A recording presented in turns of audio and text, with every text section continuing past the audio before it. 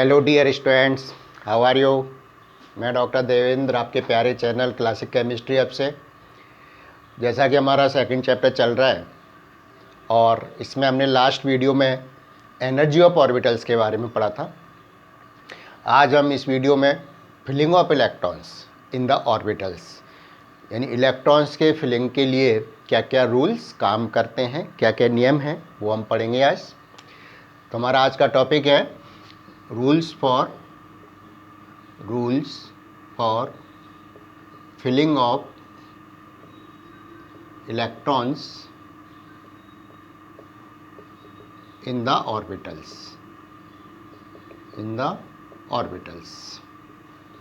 ठीक है। तो इसमें कई रूल है आपके 3 और 4 रूल्स इसमें काम करते हैं। तो सबसे पहले अपन देखते हैं ऑफ वो रूल्स। फर्स्ट जो रूल है इसमें वो है आपका ऑफ वो रूल्स। ठीक है, ऑफ वो रूल्स। ठीक है, ऑफ वो रूल्स अगर अपन देखें, ऑफ वो रूल्स साइंटिस्ट ऑफ ने दिया था। ठीक है, और इसमें इन्होंने क्या कहा कि electrons in the orbitals filled according to the increasing of energy, यानी लोअर एनर्जी ऑर्बिटल में इलेक्ट्रॉन पहले भरा जाएगा और उसके बाद हायर एनर्जी ऑर्बिटल में भरा जाएगा। ठीक है, तो रूल के बाद हम एक टेबल सी बनाएंगे, एक चार्ट बनाएंगे, उससे भी अपन इसको एक्सप्लेन कर सकते हैं। और ये also correlate with the n+l rule. ठीक है, तो फर्स्ट अपन लिखते हैं, इसका रूल लिखते हैं। तो इसके अकॉर्डिंग क्या है आपके electrons field in the orbitals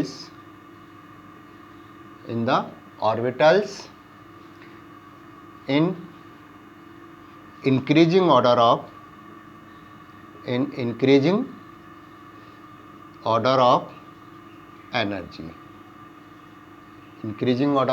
energy, किस में भरे जाते हैं? इंक्रीजिंग ऑफ एनर्जी के भरे जाते हैं, इंक्रीजिंग ऑर्डर ऑफ एनर्जी। अब इसका हम बना लेते हैं, जैसे अपने को मालूम है कि फर्स्ट सेल में अपना 1s होता है, सेकंड सेल में 2s 2p। तो इस तरह से एक अपन चार्ट बनाते हैं यहाँ पर। ठीक है, फिर अपन बताएंगे किस तरह से भरे जाएंगे। मान लो आपका फर्स्ट सेल में तो कौन सा हो गया? 1s हो गया। सेकंड में क्या आते हैं आपकी 2s और 2p। थर्ड में आप देखेंगे सेल में 3s 3p 3d। Then fourth में आपके क्या आएंगे? 4s 4p 4d और 4f। ठीक है, इस तरह अपन लेंगे तो 5s 5p 5d 5f। अपनी जो पीरियोडिक टेबल है उसी अकॉर्डिंग मैं लिख रहा हूँ। ठीक है, इसके बाद अपन देखेंगे तो 6s 6p 6d और फिर अपन देखेंगे तो 7s और 7p। इतने अपने इलेक्ट्रॉन्स फील्ड होते हैं। अगर हम इनका देखें एनर्जी ऑर्डर, तो सबसे पहले आपकी क्या भरा जाता है? 1s भरा जाएगा, देन 2s, फिर 2p 3s। ठीक है, इसके बाद अपन देखेंगे तो 3p, फिर इसके बाद 4s की एनर्जी ज़्यादा होती है, हमने पढ़ा था, n+l रूल में भी देखा था ये। देन आपके क्या होगा? 3d 4p 5s, फिर इसके बाद 4d 5p। ये आपके क्या है? It is the increasing order of energy. इस तरह से आपके इलेक्ट्रॉन्स भरे जाते हैं और एक कंटिन्यूस भरे जाते हैं। जैसे अपन यहाँ से जाएंगे तो क्या होगा आपके? ये इस पर आ गया, फिर ये आपका इस पर। इस तरह से अपन देखेंगे ये आपका क्या बनता जाता है? एक सर्कल आपका बनता जाता है। ठीक है, और इलेक्ट्रॉन्स आपके फील्ड होते हैं। तो ये क्या हो गया आपके इंक्रीजिंग ऑर्डर ऑफ एनर्जी। यानी अगर इसको अपन देखें तो सबसे कम एनर्जी किसकी है? 1s की, उसके बाद 2s की, फिर 2p, देन 3s। तो इस तरह से आप देखेंगे, पूरा आप लिख सकते हैं। तो ये रूल आप किसने दिया था? ऑफ्रो ने, कि electrons in the orbitals filled according to the increasing order of energy. इसको आप एक बार कॉपी कर लीजिए। फिर अपन दूसरा रूल देखते हैं। ठीक है, पाउली एक्सक्लूजन प्रिंसिपल। या इसके साथ अपन n+l रूल तो हमने पढ़ा था पहले, वो सेम रहेगा, वो भी अपन इलेक्ट्रॉन्स फील्ड के लिए काम में आता है। ठीक है, n+l रूल क्या पढ़ा था हमने, मैं यहाँ पर आपको एक बार रूल लिख देता हूँ। n+l रूल वो भी इंक्रीजिंग ऑर्डर ऑफ एनर्जी है, वैसे हमने लास्ट वीडियो में उसको पढ़ा था।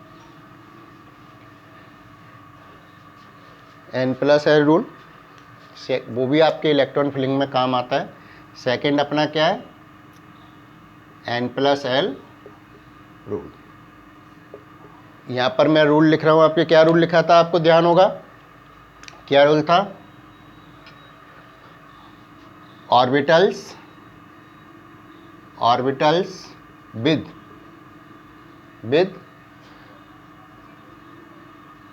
लोअर, या ऐसे कर लीजिए आप, with less value of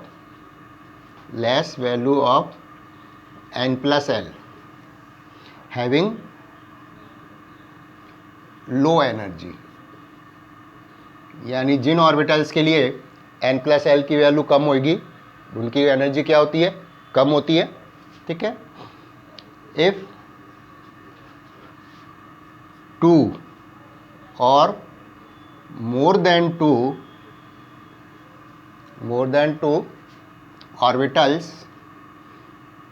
orbitals having same value of n+l, then the orbital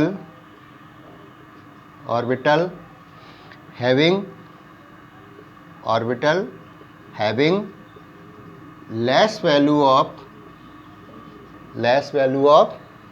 n will have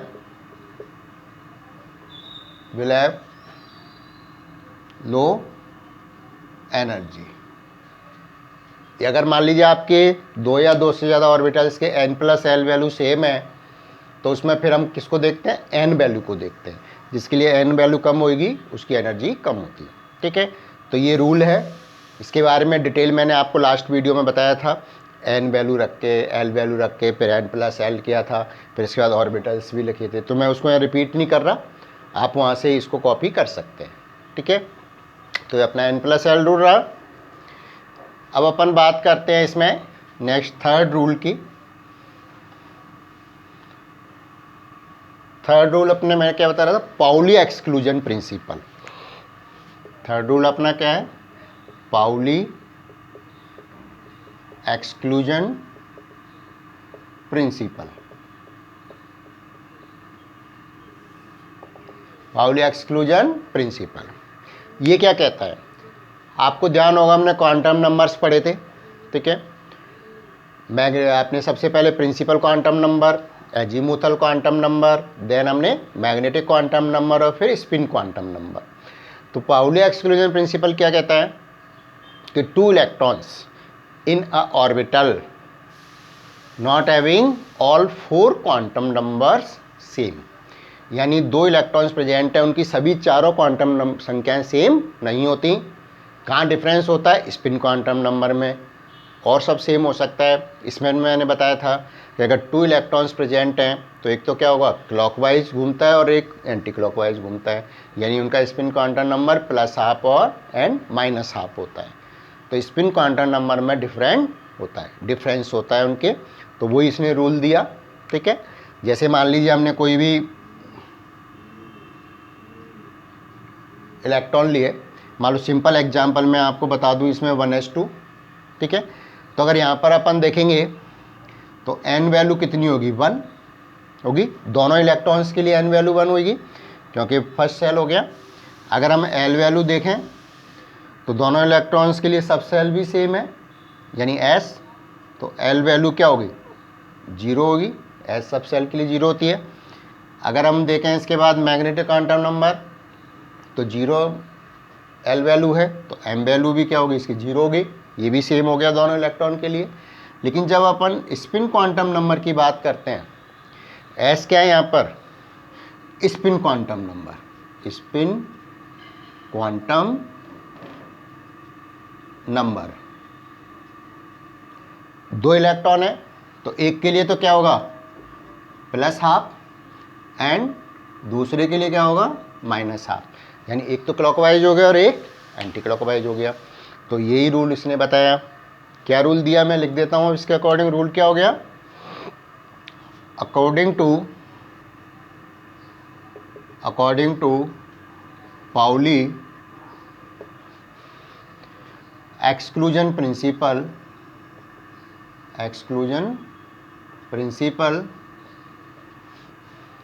two electrons in a orbital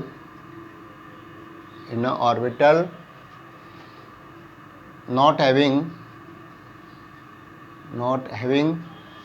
all four quantum numbers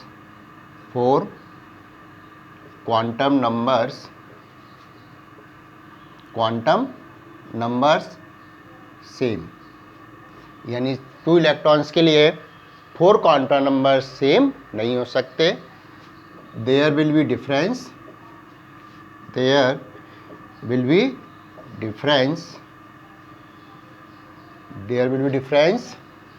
in their, यहाँ पर आपके THER देयर आएगा, ये आएगा THEIR their, in their spin quantum number, यानी इनके किस में डिफरेंस होगा, स्पिन क्वांटम नंबर में इनके डिफरेंस होगा। समझ में आ गया। ये किसने बताया था, पाउली एक्सक्लूजन प्रिंसिपल। इसको आप नोट करिए। ये फिलिंग ऑफ इलेक्ट्रॉन्स के लिए थर्ड रूल हो गया। ठीक है, फोर्थ रूल अभी अपन बात करेंगे किसकी, हुंस रूल की। ठीक है, हुंस मल्टीप्लिसिटी रूल। तो ये कॉपी करिए आप।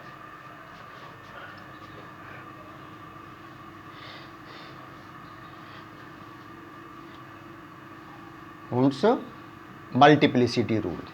नेक्स्ट आपके फोर्थ रूल है इसमें, हुंस multiplicity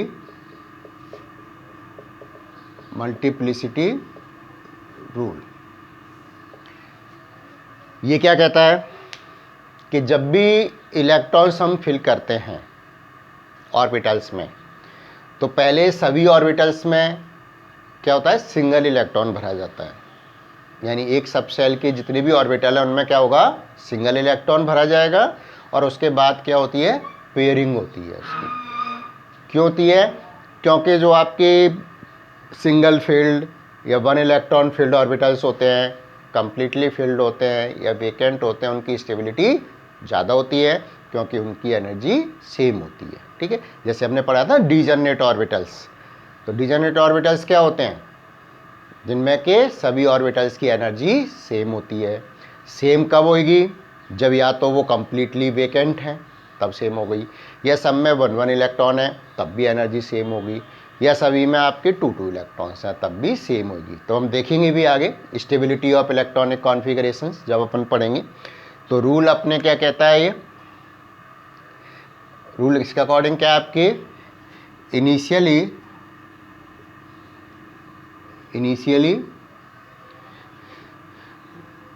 1 electron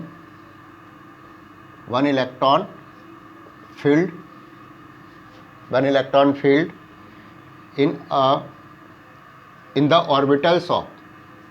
in the orbitals of a subshell,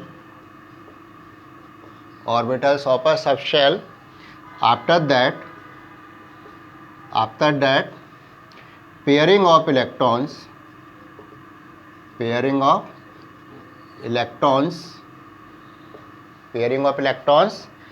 takes place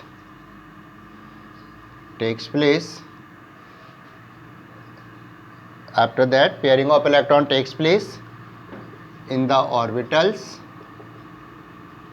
with increase of number of electrons,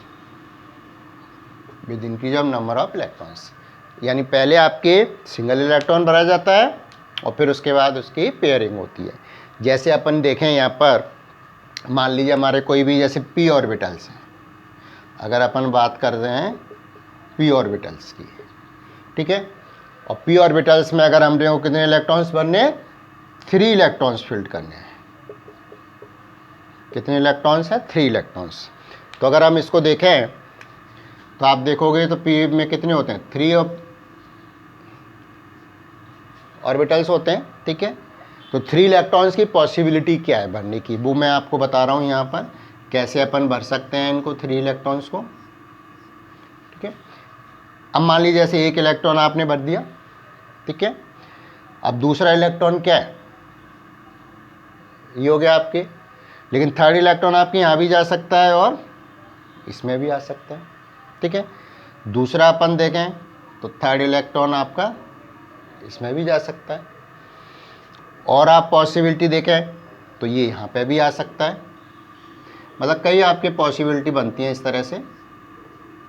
मान लो इसमें पेयरिंग हो गई, तो एक्चुअली अगर यहाँ पर अपन देखें, मान लो ये हमारा A है और ये B है और ये मान ली C है, ठीक है। तो A और C आप देखें तो तीनों ही ऑर्बिटल्स की एनर्जी डिफरेंट होगी। जैसे यहाँ पर 2 इलेक्ट्रॉन है, यहाँ पर सिंगल है, ये वेकेंट है, तो तीनों ही ऑर्बिटल्स की एनर्जी क्या होगी, डिफरेंट हो गई। और डिफरेंट एनर्जी की वजह से क्या होगा, अनस्टेबल होगा। जबकि बी में आप देखें तो क्या होगा, तीनों में सिंगल सिंगल इलेक्ट्रॉन है, तो इनकी एनर्जी सेम होगी, और सेम होती है तो क्या होगी, इसकी स्टेबिलिटी ज़्यादा होगी, ठीक है ना। तो अपन किस तरह से लिखते हैं, यहाँ पे अपन कैसे लिख सकते हैं, A and B configuration unstable, A और सी सॉरी, अपन क्या लिखेंगे, A and C configuration will be unstable,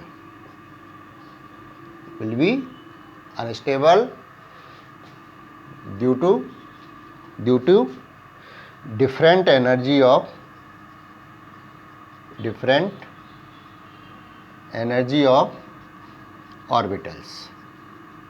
orbitals की डिफरेंट एनर्जी की वजह से। बट लेकिन B configuration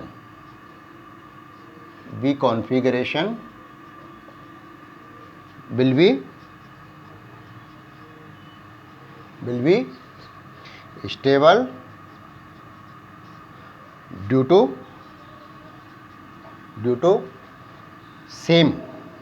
equal energy of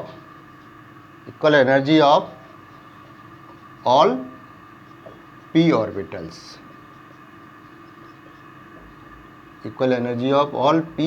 सभी p ऑर्बिटल्स की एनर्जी क्या होगी, इक्वल होगी। तो इसलिए अपन क्या कहते हैं कि पहले सिंगल इलेक्ट्रॉन भरा जाता है, फिर पेयरिंग होगी। अगर मान ली 2 इलेक्ट्रॉन्स हैं अपने पास, जब तो कुछ है नहीं, एक एक दोनों में भरना ही पड़ेगा। लेकिन जब अपन 3 इलेक्ट्रॉन्स भर रहे हैं तो पहले सभी में क्या भरेंगे, सिंगल। अब मान लीजिए हमें 4th इलेक्ट्रॉन भरना है, तो फिर 4th इलेक्ट्रॉन में क्या हो जाएगी, पेयरिंग स्टार्ट हो जाएगी, वो तो होना ही है, ठीक है। लेकिन अपने को इस तरह ध्यान रखना है कि पहले सभी में सिंगल इलेक्ट्रॉन भरना होता है, और फिर आपकी क्या पेयरिंग होती है। This rule is called by the Hund's multiplicity rule, ठीक है, समझ में आया। अब इन्हीं रूल्स के बेसिस पर अब हम क्या पढ़ेंगे आगे, इलेक्ट्रॉनिक कॉन्फ़िगरेशन, कि किसी भी एलिमेंट के लिए किस तरह से अपन इलेक्ट्रॉनिक कॉन्फ़िगरेशन लिखेंगे, ठीक है। वो अपन नेक्स्ट वीडियो में पढ़ लेंगे। तो नेक्स्ट वीडियो अपने इस चैप्टर का आई थिंक लास्ट वीडियो होगा। इसमें अपन क्या है कि इलेक्ट्रॉनिक कॉन्फ़िगरेशन पढ़ेंगे, किस तरह से लिखते हैं एग्जाम्पल के साथ समझेंगे, और फिर हाफ फील्ड और फुल फील्ड कॉन्फ़िगरेशन की स्टेबिलिटी के बारे में बात करेंगे, ठीक है। ये अपना लास्ट टॉपिक रहेगा उसका चैप्टर का। यहाँ तक आप कॉपी करिए। कोई भी दिक्कत हो तो आप मेरे चैनल पर कमेंट बॉक्स में लिख सकते हैं, मैं उसको सॉल्व करके आपको वापस से भेज दूँगा। Thank you very much.